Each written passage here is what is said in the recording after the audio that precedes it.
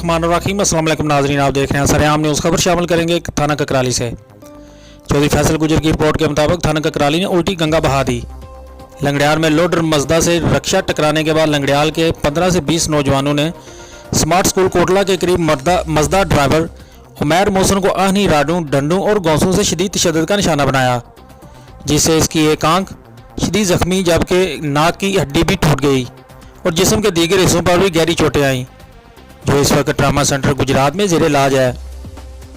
Police थाना ककराली ने उल्टा ड्राइवर के खिलाफ भी मुकदमा दर्ज कर लिया। वारे इंसाफ, तेरे क्या कहने हैं। थाना ककराली करप्शन की माजगा बन चुकी है। मजलूम इंसाफ के लिए ज़लीलो ख्वार होने लगे।